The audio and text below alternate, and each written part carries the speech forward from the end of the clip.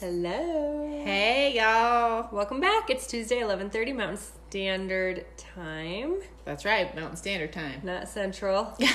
We're on the Families of Character page. I'm Sarah. And I'm Jordan. And we do come live here every Tuesday. Just a reminder, we always remind. We come live to create a community of parents who all want the same thing for their kids.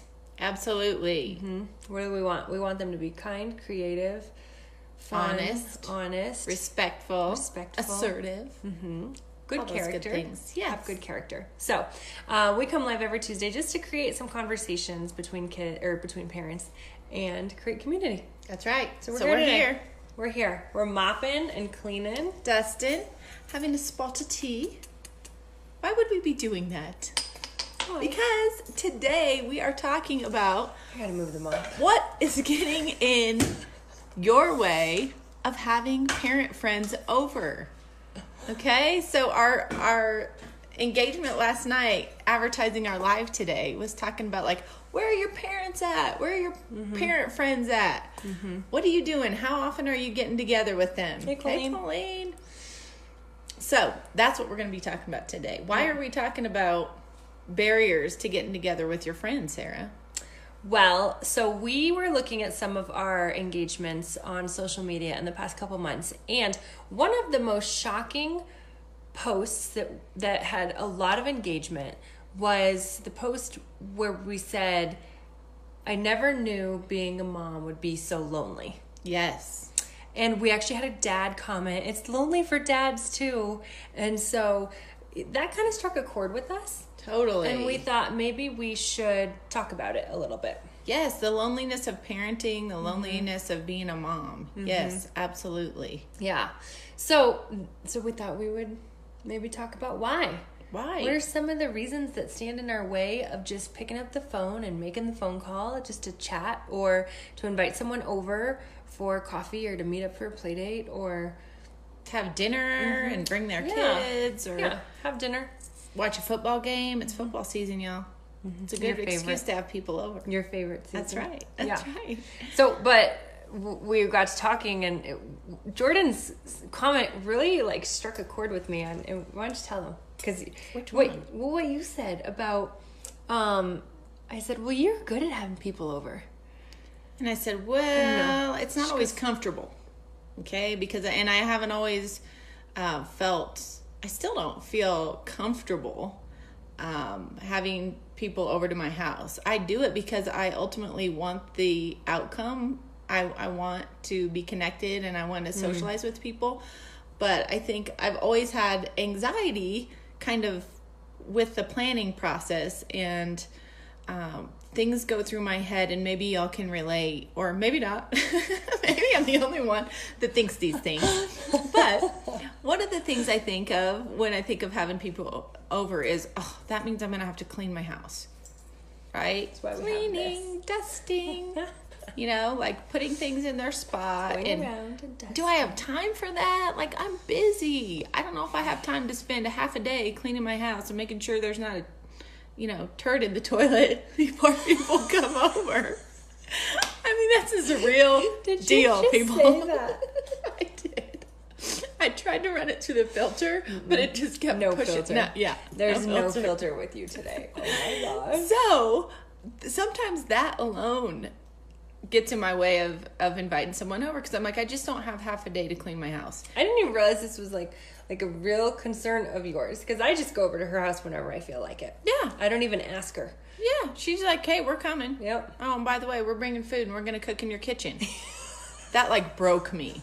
That broke me in the best way ever, Sarah. I've never even told you that. But when you came traipsing into my kitchen last summer with... No, that was in the winter. Oh, yeah. I think I had known you like a month. Oh, yeah. And she's like, hey, I got dinner in the truck, so I can just, cook it on your stove and start making dinner. I knew we were going to be here a while. I knew my kids would get hungry, so I just pulled my dinner out of the fridge. And I was like, this is totally impromptu. I wasn't prepared. I don't, my fridge is nasty. I've got probably moldy leftovers in there. The dishes aren't done. And here she is. She's like going to make dinner in my kitchen. It was awesome. I was like, I don't even know what we're going to have for dinner tonight. And you were like, oh, no problem. We'll just share ours with you. Just have some of ours. And was so good. She brought like, I don't know, something fancy. It was like a teriyaki steak type thing that I had marinating all day. It was pretty funny. That was such a blessing in disguise. It was so funny. And the funny part for me was I didn't even think twice about it. I was like, well, I'm not going to drive all the way home in rush hour traffic so that I can cook my kids dinner, because I know my kids get hungry at 5 o'clock. They get hangry. And I want to be at her house. That's right. Hey, Megan. Hey, Jeremy. Hey, Courtney. We're talking about what stands in the way from reaching out and just picking up the phone and making a phone call and say, hey, let's hang out. That's right. Or popping over with your family to say, I brought a meal. Yeah. And I can cook it in your kitchen and share it with you. Okay, so wondering, like, if I have time to clean my house, that's a big barrier for me. We're going over Jordan's objections because I don't have this issue. I'm just an open door all the time. Oh, you want to? We're going to talk about that in a minute because there's a reason you have an open door, and it's awesome. The other thing I think about is, am I going to have help? Like, is everyone going to be doing their own thing at my house, and I'm going to be the only one cleaning, running to Costco, then making food, and then after the night's over, spouses don't always help. Right. Then am I going to be the only one cleaning up? Right. And then it's like, if I am, I'm going to just forego the whole thing. It sounds like way too much work. If you guys hear one that you can relate to, give us a thumbs up. Yep. Or a comment. Or say something. Yes. Yeah. So those are a couple for me. And I imagine that y'all have your own reasons. Like, maybe you just are scared. Like, if I invite someone over, what if they say no? I don't want the rejection. Like, I have rejection in traffic on my way to work. Like, people won't let me merge in the lane. I have rejection maybe with your spouse, or, feeling like your kids aren't doing what you ask them to do. And then, like, asking a friend or their family to come over. I don't know if I have the energy for that, because if they say no, I'm just going to be hurt. Maybe that's a reason. I don't know. Yeah. Cleaning house and not having a big enough space to entertain. Courtney, you should come to my house. Not a very big house. Small house doesn't stop her. No. Tell them why it doesn't stop you. Tell us a little bit about your own upbringing and like what you experienced growing up in childhood with socializing and having parent friends around. I think that my parents just always had people around, like all the time. We were always part of like a community of people that was kind of focused on the greater good of something else. Yeah. And my parents were kind of just involved in this community, and that community went camping and went to people's house for dinner and had tons of kids all the time, and there was never any objection and any obstacle or anything that gets in the way. And so that's what I grew up with. That's just the norm for you. Yeah. And then on our block in our neighborhood, there were like 2 other families that we just like, if I wanted to have lunch over there, I'd just go and have lunch over there. That is so awesome, because that's what happens at your house. Like, I'll come over here on Tuesdays to Sarah's house, and there's like, in the summertime, there's like 3 or 4 neighbor boys over, and everybody's grabbing a hot dog or a chips or just, it's like everybody's welcome, and here we are. We're, and you're expected to follow the rules here. And well, it was so funny because Jordan and I were also talking about this, and when I was in high school, I was in the choir at my church, and so like every Sunday we would go out to breakfast somewhere, and half of the time 40 people would just come over to my parents' house, and we would just make breakfast. And everyone would help clean it up, and then we all went on our day about 1 o'clock in the afternoon. And that is so awesome. So I was always around big groups of people, right? And I really liked it, right? And now that's just how I operate. I'm like, oh, it's Friday night. Who's coming over for dinner? And I start making some phone calls, or I know. And you've been so good for me with that whole thing, because she'll be like, so what are you guys doing on Friday or Saturday? Like, do you have plans for dinner? And I'm like, okay, first of all, it's like Tuesday, and I don't know what we're having tonight.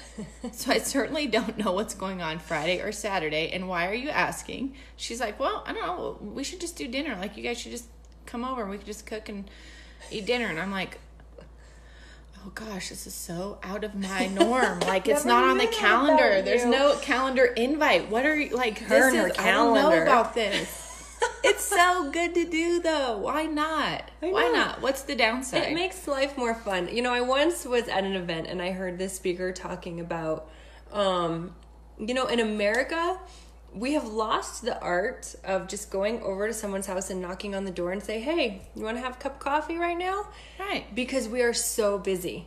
Yeah. And so when you lose that art, you lose relationships. And I guess for me, maybe for some of you guys, relationships are more important to me than the way my house looks. Yeah. Like, I'd rather spend time with someone on a Tuesday morning if that's all I have open in my whole week of crazy work and life and kids and all of that.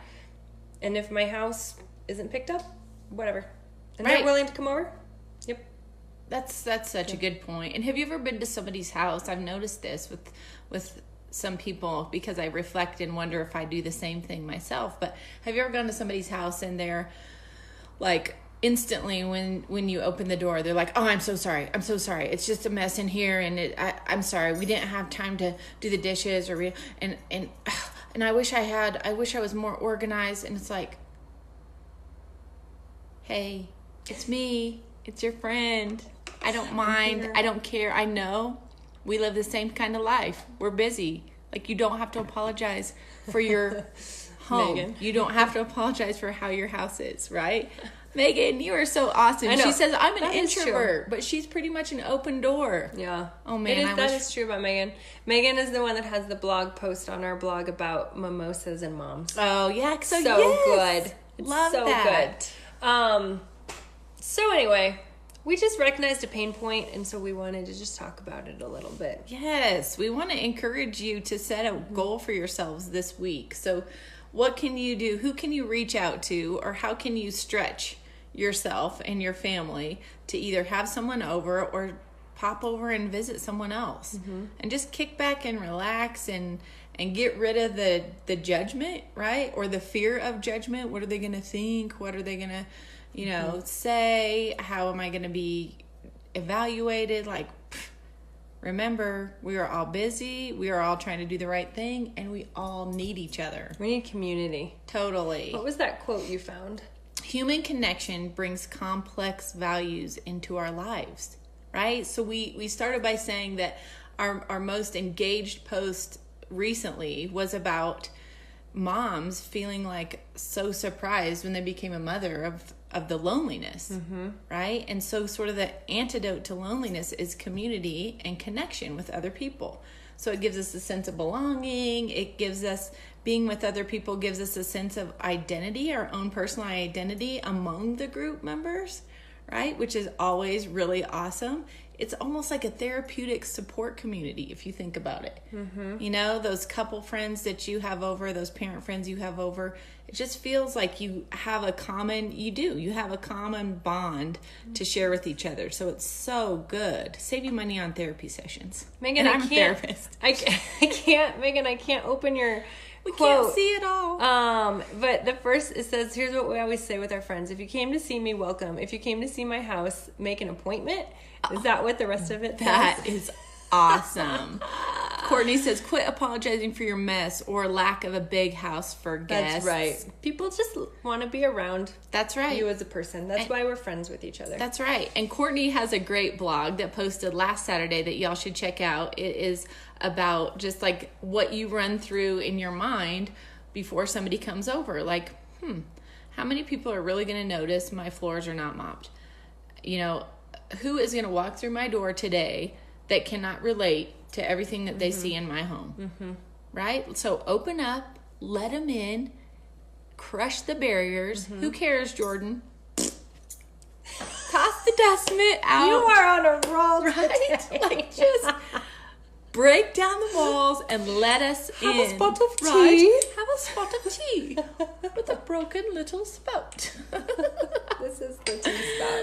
Oh, y'all. That was a creamer. That's the creamer, the handle. We're not doing creamer. We're doing teas.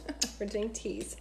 So awesome. Build community. Let's kind of squash that loneliness. That's right. Is the whole point. That's right. And there may be new friends or new parent friends you met through the school because we're 2 or 3 weeks into school now.